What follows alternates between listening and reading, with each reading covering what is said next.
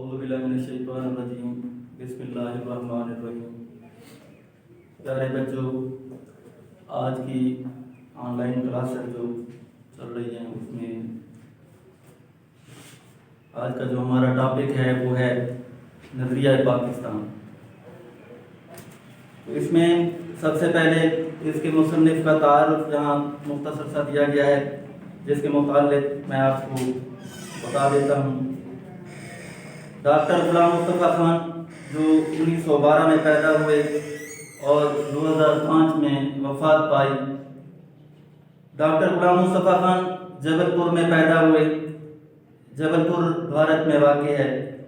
1928 میں انجمن اسلامیہ high school جبل پور سے 9ویں جماعت پاس کر کے علی گڑھ چلے گئے۔ علی گڑھ یونیورسٹی سے LLB MA اردو MA فارسی کی ڈگریاں حاصل کیں۔ 1947 میں PhD اردو کیا۔ ناگپور یونیورسٹی سے 1959 میں D.Litt کی ڈگری حاصل کی، D.Litt ڈاکٹر آف لٹریچر کی ڈگری۔ تو عملی زندگی کا آغاز کنگ ایڈورڈ کالج امروتی سے بطور لیکچرر کیا۔ پاکستان بننے کے بعد اردو کالج کراچی سے وابستہ ہوئے۔ سندھ یونیورسٹی میں صدر شعبہ اردو کے طور پر خدمات انجام دیں۔ انجمن ستارہ امتیاز، نقوش ایوارڈ، اقبال ایوارڈ اور نشان سپاس ملا۔ انہوں نے مذہب، پاکستانیات، ادب، تصوف اور اخلاق جیسے موضوعات پر لکھا۔ تصوف یہ اس کے معنی معرفت کے ہیں یا صوفیوں کا جو عقیدہ ہوتا ہے۔ ان کی تحریریں زیادہ تر مورخ و مفرس ہوتی ہیں۔ مورخ کے معنی دوسری زبان کا وہ لفظ جسے عربی لہجے میں استعمال کیا گیا ہو، اور اسی طرح مفرس دوسری زبان کا وہ لفظ جسے فارسی لہجے میں استعمال کیا گیا ہو۔ عام قارئین کے لیے لکھے گئے مضامین و کتب کی زبان سادہ، سلیس اور عام فہم ہے۔ عام فہم سے مراد جو عام آدمی کی سمجھ میں آئے یا سمجھ میں آنے والی۔ انہوں نے اردو، فارسی، عربی اور انگریزی زبانوں میں 100 سے زیادہ کتب تصنیف کیں۔ ان کی کتب میں سید حسن غزنوی، حیات اور کارنامے، سراج البیان، اقبال اور قرآن اور تنقید و تحقیق اہم ہیں۔ تو یہ عزیز طلبہ اس سبق کے مصنف کا مختصر سا تعارف تھا۔ تو ٹاپک ہمارا نظریہ پاکستان ہے۔ تو سب سے پہلے ہم نظریے کے متعلق جانیں گے کہ نظریہ کیا ہے یا نظریہ کسے کہتے ہیں۔ تو نظریہ کسی تہذیبی، سیاسی یا معاشی تحریک کے ایسے لاہ عمل یا منصوبے کو کہتے ہیں جو کسی قوم کا مشترکہ نصب العین بن جائے۔ تو لفظ پھر آ جاتا ہے نظریہ پاکستان۔ تو اس کی ایک سادہ سی تعریف جو ہے یوں کی جا سکتی ہے کہ نظریہ پاکستان قرآن و سنت کے اصولوں پر مبنی معاشرہ کی تخلیق کا نام ہے۔ تو اس سبق میں اس کو 3 حصوں میں جو ہے تقسیم کیا گیا ہے۔ پہلے حصے میں طلباء کو نظریہ پاکستان کے مفہوم سے آگاہ کرنا، اور دوسرے میں جو ہے طلباء کو پاکستان کی تشکیل کے متعلق جو ہے بتلانا، اور تیسرا اس میں جو پاکستان کی تشکیل میں اہم شخصیات، سیاسی شخصیات نے حصہ لیا تو ان کے کارناموں سے جو ہے روشناس کرانا۔ عزیز طلبہ، مسلمانوں نے ہمیشہ رواداری کو اپنا شیوا بنایا ہے۔ رواداری سے مراد کہ جائز سلوک روا رکھنا یا تحمل یا برداشت کے ہیں یا لحاظ رکھنا کے ہیں، اور اسی طرح شیوا طور طریقہ یا ڈھنگ کے ہیں۔ لیکن جب کفر و الحاد غلبہ حاصل کرنا چاہتا ہے، کفر و الحاد یعنی لادینیت یا دین سے پھر جانے والے، تو مسلمان اس کے مقابلے کے لیے ڈٹ کر کھڑا ہو جاتا ہے۔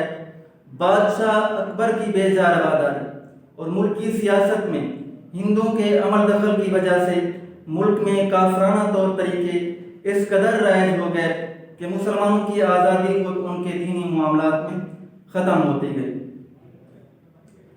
بادشاہ اکبر کی بے جا رواداری یعنی اس کا ناجائز سلوک یا ناجائز طور پر تحمل یا برداشت۔ اسی طرح چنانچہ اکبر کے آخری دور میں اسلام کی سربلندی کے لیے حضرت مجدد علیہ ثانی کھڑے ہوئے۔ آپ نے جہانگیر کے زمانے میں محض دین کی خاطر قید و بند کی سختیاں جھیلیں۔ حضرت مجدد علیہ ثانی جو 1564 میں پیدا ہوئے اور 1624 میں وفات پائے، جس کا اصل نام شیخ احمد سرہندی ہے، تو انہوں نے دین کی خاطر اپنی خدمات صرف کر دیں۔ جہانگیر کے زمانے میں یعنی شہنشاہ جہانگیر کے زمانے میں انہوں نے اسی دین کی خاطر قید و بند کی سختیاں جھیلیں اور اسلامی قدروں کو نئے سرے سے فروغ دیا۔ تو ان کے اثر سے شاہ جہاں اور اس کے بعد اس کا بیٹا اورنگزیب دین کا خادم بنا، لیکن اورنگزیب کے بعد ہی اس کے بیٹوں کے باہمی نفاق اور کمزوری کی وجہ سے مغلیہ سلطنت کا زوال شروع ہو گیا۔ عزیز طلبہ، مرہٹوں اور ہندوؤں کے کئی گروہوں نے سر اٹھایا، انگریزوں نے اپنے قدم جمائے اور ملک میں انتشار پھیل دیا۔ تو کیونکہ ہندوستان میں مختلف اقوام رہ رہی تھیں، یہ مختلف اقوام کا مسکن تھا، تو اس میں مرہٹوں اور ہندوؤں نے ان کے کئی گروہوں نے سر اٹھایا اور اسی طرح ملک میں ایک انتشار برپا ہوا۔ لیکن ایسے غیر گزرے حالات میں یعنی اس بدترین حالات میں بھی قوم کو فروغ دینے اور اسلام کو سربلند کرنے کے لیے کوششیں جاری رہیں۔ تو اسلام کی ترقی کے لیے، اس کی ترویج کے لیے، اس کے پھیلانے کے لیے کوششیں جاری رہیں۔ چنانچہ میسور کے سلطان حیدر علی اور اس کے بیٹے سلطان ٹیپو، جس کا اصل نام سلطان فتح علی خان ہے، نہ صرف ہندو اور انگریزوں کا مقابلہ کیا بلکہ افغانستان، ترکی اور فرانس کو بھی اپنے ساتھ شامل کرنے کی کوشش کی، لیکن ملک کے دوسرے سرداروں نے ساتھ نہیں دیا اور انہیں کامیابی حاصل نہ ہو سکی۔ لیکن ٹیپو سلطان کے بارے میں ایک مشہور مقولہ ہے، تو انہوں نے کہا کہ شیر کی ایک دن کی زندگی گیدڑ کی 100 سالہ زندگی سے بہتر ہے۔ پیارے بچوں، اگلے پیراگراف میں دیکھیں، اسی زمانے میں شاہ ولی اللہ دہلوی اور ان کے صاحبزادوں نے مسلمانوں کی اخلاقی اور معاشرتی برائیوں کو دور کرنے کی تحریک شروع کی۔ پھر ان کے پوتے شاہ اسماعیل شہید نے اپنے مرشد سید احمد بریلوی رحمۃ اللہ علیہ کے ساتھ اسلامی اصولوں کو دوبارہ رائج کرنے اور ملک کو غلامی سے آزاد کرنے کی کوششیں کیں۔ 1831 میں اپنی جانیں قربان کر دیں، تاہم انہوں نے مسلمانوں کے دلوں میں جوش اور ولولہ پیدا کیا، یعنی ان کے دلوں میں ایک جذبہ اس کو بیدار کیا۔ چنانچہ 1857 کی جنگ آزادی میں مسلمانوں نے پھر اپنے قدم جمانے کی کوشش کی، لیکن انگریزی اقتدار مستحکم ہو چکا تھا۔ تو انگریز یعنی برِ صغیر میں پورے اپنے قدم گاڑ چکے تھے، اس لیے انہیں کامیابی نہ ہو سکی۔ لیکن اس زمانے میں سر سید احمد خان نے مجبوراً انگریزوں سے مفاہمت کو غنیمت جانا۔ تو سر سید احمد خان نے بہتر سمجھا کہ ان انگریزوں کے ساتھ مل کر کام کرنا چاہیے اور مسلمان قوم کی اخلاقی اور تہذیبی اصلاح پر توجہ دی اور ان کے دلوں سے احساس کمتری کو دور کرنے کی کوشش کی۔ عزیز طلبہ، 1885 میں ہندوؤں نے کانگریس کی بنیاد ڈالی۔ 1885 میں یہ انڈین نیشنل کانگریس کے نام سے ایک جماعت قائم کی گئی تھی، جس کے بانی لارڈ اے او ہیوم تھے، اور یہ ظاہر کیا کہ وہ ملک کی تمام قوموں کو ان کے حقوق دلوائیں گی۔ لیکن بعد میں پتہ چلا کہ وہ صرف اپنے حقوق کا تحفظ چاہتے ہیں، یعنی وہ مسلمانوں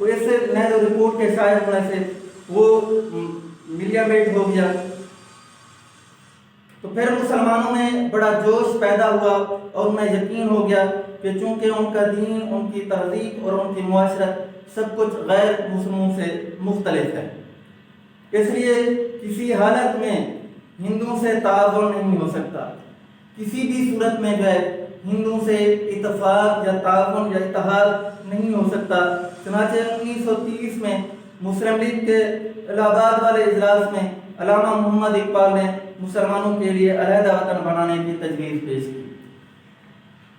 علامہ اقبال نے اس خطبے میں جو ہے مسلمانوں کے لیے علیحدہ وطن یعنی اور نہیں تو شمال مغربی سرحدی صوبہ جو ہے اس کو الگ کر کے پاکستان کے نام سے جو ہے، کیونکہ اس وقت پاکستان کا نام تجویز نہیں ہوا تھا، تو اس طرح برصغیر کی تقسیم کر دی جائے تاکہ مسلمان جو ہے الگ الگ اپنے ریاست میں یا خطہ زمین میں رہ سکیں اور اپنے مذہب کے مطابق جو ہے لوگ اپنی زندگیوں کو بسر کر سکیں. عزیز طلبہ، جہاں تک ہمارا لیکچر جو ہے یہ کمپلیٹ ہو گیا، تو کل جو ہے آگے اپنے اگلے ٹاپک کو جو ہے جاری رکھیں گے. ٹھیک ہے، تو تھینک یو سو مچ.